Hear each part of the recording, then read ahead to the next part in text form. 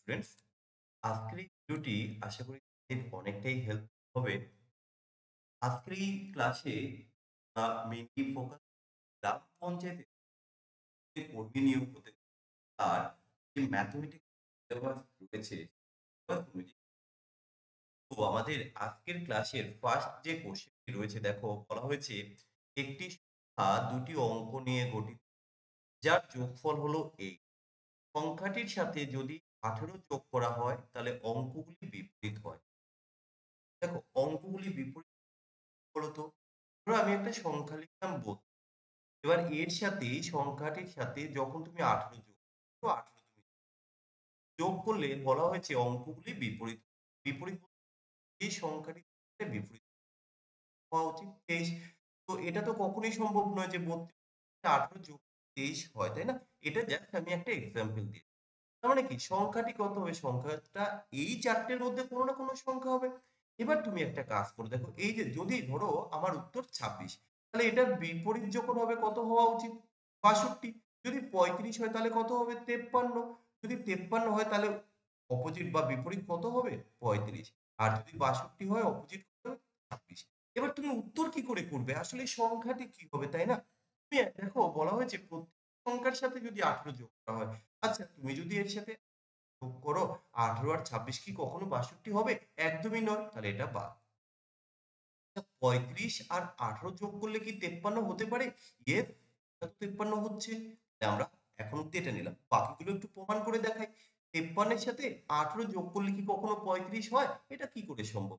আচ্ছা ৬২ র সাথে ১৮ যোগ ২৬ হয়? একদমই নয়। দেখো তোমরা কিন্তু কোনো সূত্রের মধ্যে যাবে না। তোমরা না অঙ্ক বুঝে, বুঝে করার চেষ্টা করো। পরের কোশ্চেন দেখো, একটি শহরের জনসংখ্যা প্রতি বছর ৪% বৃদ্ধি পায়। যদি বর্তমান জনসংখ্যা ৫০,০০০ হয় তাহলে ২ বছর পর তা কত হবে? দেখো এই যে ৪% কি বলতো? ১০০ মানে এখন যদি ১০০ থাকে ১ বছর পর ৪% বাড়লো মানে ১০০ এর জন্য ৪ জন বাড়বে। তাহলে সেটা কত হবে? ১০৪ হবে। এবার তোমরা সহজেই এই ক্যালকুলেশন কিভাবে করবে? ধরো এখন জনসংখ্যা ৫০, এর উপরে বাড়বে। ১ম বছরে ১০০ থেকে ১০৪ হলো। তো আমি এই যে লিখলাম যে ১০৪ হয়েছে। কত এর জন্য? ১০০ থেকে বেড়ে। এটা ১ম বছর। ২য় বছরও তো সেম হারে বাড়বে। তুমি এটা করো। এবার একটু ক্যালকুলেশন করে নিই। চলো কি হয় দেখি। শূন্য, এই দুটো শূন্য কাটলাম। এই দুটো শূন্য, এই দুটো শূন্য হলো। এবার আমাকে গুণ করতে। তাহলে কত হবে? ১০৪ ইনটু ১০৪, তাই না? চলো একটু গুণ করে কি আর করা যাবে? ৪ ৪ এ ১৬। এবার দেখো ভাই তুমি কিন্তু আর গুণ না করে উত্তর বলতে পারবে। কি করে একটু বলে দেই আমি। ধরো এটলিস্ট যাই হোক এখানে অনেক বড় একটা সংখ্যা আসবে কিন্তু শেষে কিন্তু ১৬ থাকবে। আরে ভাই তার সাথে তো আবার ৫ গুণ করতে হবে। তাহলে দেখো এর সাথে যখন তুমি ৫ গুণ করবে ৫ ষোলো ৮০। দেখো ভাই শেষে কিন্তু ৮০ থাকতে হবে। তো দেখো শেষে কিন্তু ৮০ নেই, তাই না? দেখো লজিক্যালি বুঝবে এমন নয় যে অপশনগুলো আমি আমার মতো করে দিয়ে দিয়েছি আর আমি অঙ্ক করে দিচ্ছি। তো এটা কিন্তু উত্তর। তোমরা যারা এতে সন্তুষ্ট নও তাদের জন্য। এবার আমি গুণ করব। ৪ ৪ এ ১৬, ৪ অঙ্কে ৪। আচ্ছা তাহলে এবার কত হবে? আচ্ছা গুণটা এখানে দেখাই। তাহলে তো আবার তোমাদের প্রবলেম হয়ে যেতে পারে। তাহলে ৪ ৪ ৪ এ ১৬। এবার কি দেব? ৩ টে 0। আবার কত হবে? ১০৪। এটা যোগ করলে কত হবে? 61801। এর সাথে তুমি ৫ গুণ করো দেখো কত হবে? ৫ ১৬, এখানটা লিখছি ৮০, ৫ ৮ এ ৪০, ৫ ওকে ৫। দেখো তাই এসছে। তোমরা এইভাবে অঙ্ক করতে পারো। দেখো ভাই অঙ্ক করতে গিয়ে তুমি একটা জিনিস একটু খেয়াল রাখবে যে সময়টা কি করে সেভ করা যায়। তো দেখো পরের কোশ্চেন, এর আয় বি এর আয় থেকে 25% বেশি, তবে বি এর আয় এ এর আয় থেকে কত কম? এই কোশ্চেনটা আমরা দেখে দেখে অঙ্ক করা শেখাই। অনেকেই আছে যারা দেখে করবে।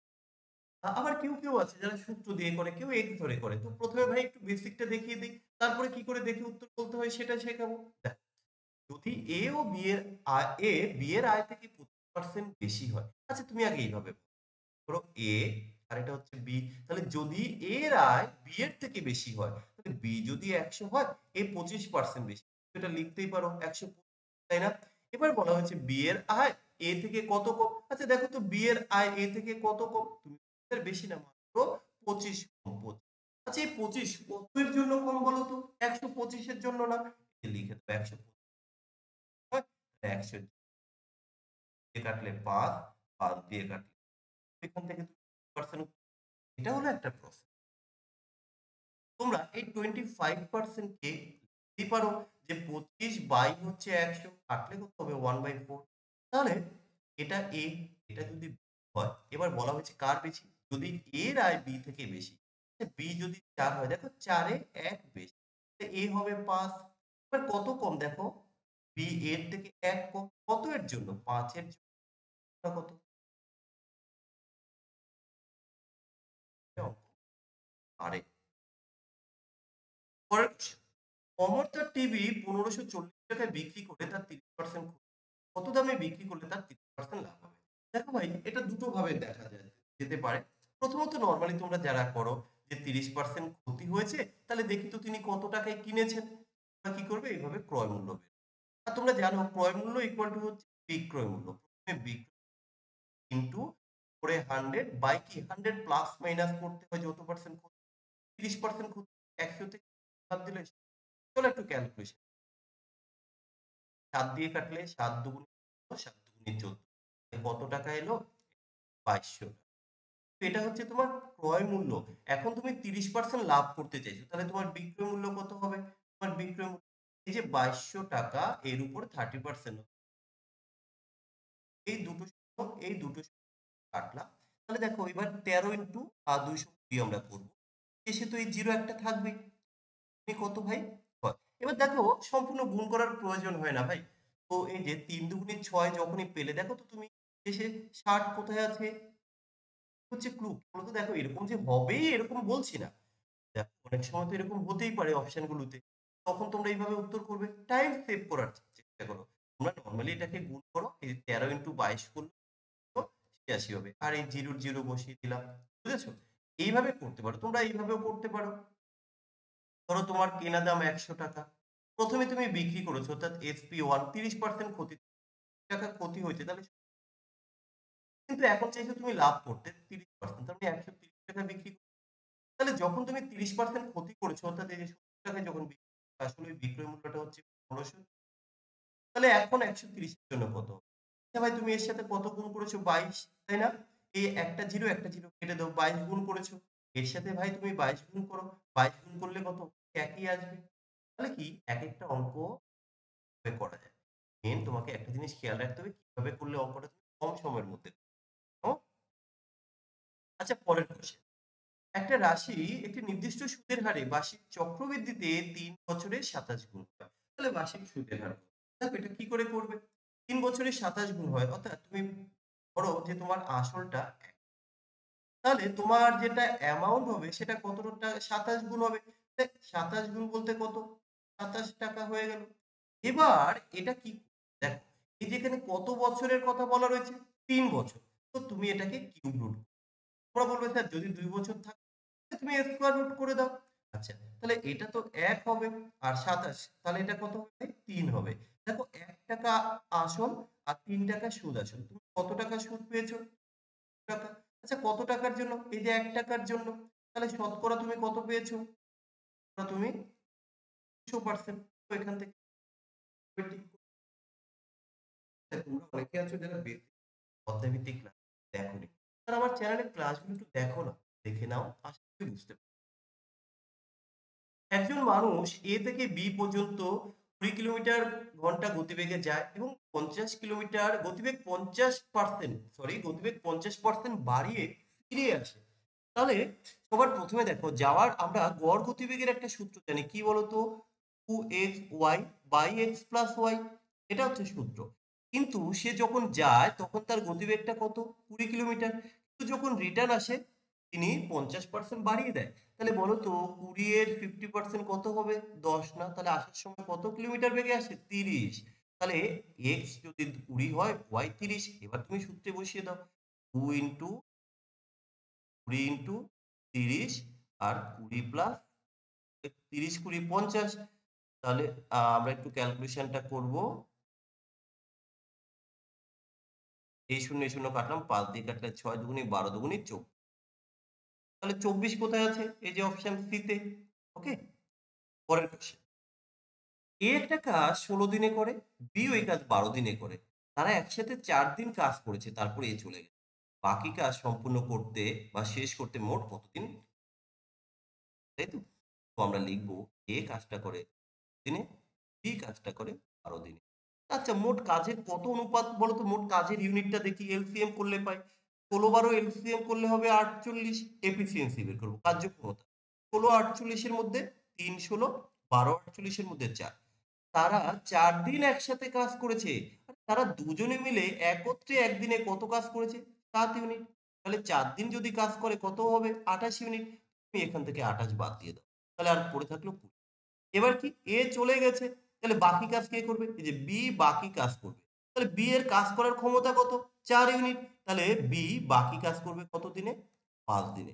তো কোয়েশ্চেন করছে বি বাকি কাজ সম্পূর্ণ শেষ করতে মোট কতদিন কাজ করেছে? তাহলে বি শেষে একা কাজ করেছে ৫ দিন।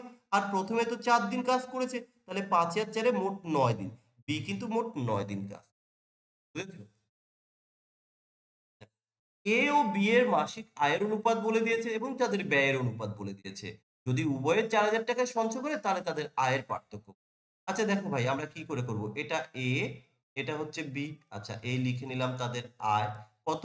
১১:১৩। আচ্ছা, তাদের ব্যয় কত? তাদের ব্যয় হচ্ছে ৯:১। দেখো, আয় থেকে ব্যয় মাইনাস করলে সঞ্চয় ২। এখানেও দেখলাম আয় থেকে ব্যয় মাইনাস করলে, কিন্তু বলা হয়েছে এখানে নাকি ৪,০০০ টাকা সঞ্চয় করতে। আমি বলতে পারি যে ২ ইউনিট ইকুয়াল টু হচ্ছে ৪,০০০ টাকা, ১ ইউনিট ইকুয়াল টু হচ্ছে ২,০০০ টাকা। এবার ওরা জানতে চেয়েছে তাদের আয়ের পার্থক্য। তো তাদের আয়ের পার্থক্য কত ইউনিট? ১১ আর ১৩, তাহলে ২ ইউনিট। তাহলে তুমি তো ২ ইউনিট বের করেই নিয়েছো। এই যে ২ ইউনিট আগেই পেয়ে গেছো ৪। তাহলে এখান থেকে তুমি বলে দাও যে স্যার ৪,০০০ টাকা। ঠিক আছে? পরের কোয়েশ্চেন। এবিসি ৩ জন শিক্ষার্থীর গড় উচ্চতা ১৪৮, এ আর বি এর গড় উচ্চতা ১৪২ এবং বিসি এর গড় উচ্চতা ১০৫। এটা কি করে? আমরা প্রথমত একটু যদি মোটটা বের করে করি। এবিসি দেখো, এ প্লাস বি প্লাস সি তার মোট কত হবে? ১৪৮ ইন্টু ৩। তাহলে ৩ ৮ এ ২৪ এ ৪, হাতে আছে ২, ৩ ১৪ ৪২ আর ২। এবার এ আর বি এর বলে দিয়েছে। তাহলে আমরা এখান থেকে কিন্তু এ বি এর কত বলো তো? ১৪২। তাহলে কত হবে? গুণে ৪, ১৪, ২৮। তাহলে আমরা এখান থেকে মাইনাস করলে পেয়ে যাবো সি। কত? ০, ৮ আছে ১৪ × ৬, হাতে ১, ১৬০। আবার বলা হয়েছে বি ও সি এর। এই যে বি প্লাস সি এর কত বলো তো? ১৪৫ ইন্টু ২ ইকুয়াল টু ১৪৫। এটা মাইনাস করব। মাইনাস করলে কিন্তু আমরা এখান থেকে বি, ২৯০ থেকে ১৬০ মাইনাস করলে কত হবে? ৩, ১০৩। দেবে এই কোয়েশ্চেন। আচ্ছা, আমাদের শেষ কোশ্চেন। এই কোশ্চেনটা আমি তোমাদের জন্য রাখছি। ১,০০০ টাকা 3:2:5 অনুপাতে এবিসি এর মধ্যে ভাগ করা হলে এ লাভের কত টাকা পাবে? এটা তোমরা কমেন্ট করে জানাও তো, দেখি সঠিক উত্তর দিতে পারো। তো এই ছিল আমাদের আজকের ক্লাসের তোমরা একটু কমেন্ট করে জানাবে যে আমি এইরকম ভাবে ক্লাস রেগুলার আপলোড করব। যদি তোমরা বলো তাহলে কিন্তু, কারণ দেখো ক্লাসগুলো তোমাদের জন্য আমি দিচ্ছি। তোমরাই যদি না দেয় তাহলে আমি কাদের জন্য? তাই না? জানিও ভাই। আর ক্লাসটি কেমন লাগছে জানাতে ভুলবে না কিন্তু।